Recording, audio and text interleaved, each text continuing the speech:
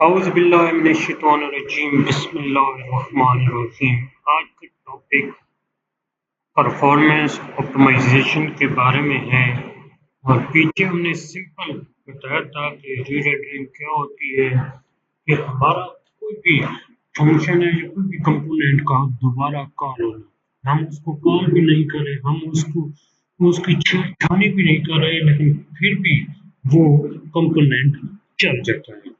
इसी चीज़ को रोकने के लिए हम इसकी प्रॉब्लम को आपको प्रैक्टिकल समझाते हैं। यहाँ पर देखिए मैंने एक ऐप का कंपोनेंट बनाया है और उसके अंदर एक चाइल्ड कंपोनेंट को कॉल किया।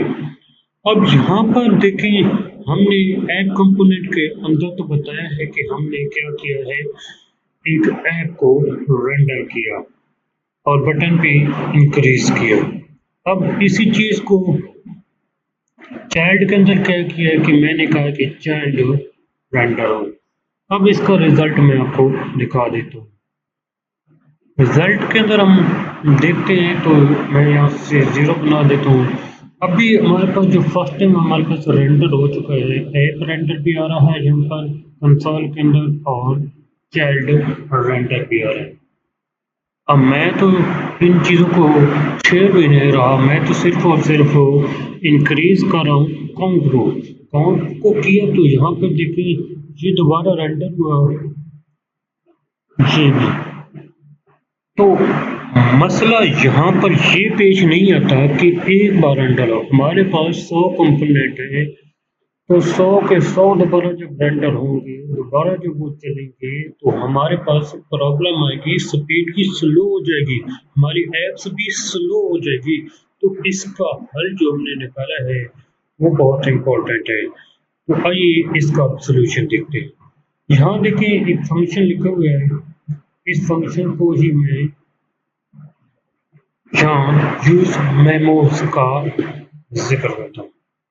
और यूज मेमोज मैंने पहले ही बता दिया था कि ये कब क्यों कैसे यूज होता है, हमने यहाँ पर यूज किया। अच्छा, इसके अंदर दो चीज़ें आती हैं, यूज मेमो फंक्शन के अंदर दो चीज़ें आ रही होती हैं। एक हमारे पास वो फंक्शन जिस तरह चलना है, दूसरा डिपेंडेंसी कि कौन सा फंक्शन कब चलेगा। तो यहाँ पर फिल वक्त के लिए मैंने सेम ही रख दिया है, इसको किया मैंने सेव और अब देखते हैं। यहाँ पर आया और यहाँ पर किया सेव। अब देखो use memos is not defined, हमने इसको डिफाइंड ही नहीं किया, तो हम इसको पहले इंपोर्ट कर लेते हैं। इंपोर्ट करेंगे यूज मेमोज को, तो इंपोर्ट किया। अब हमारे पास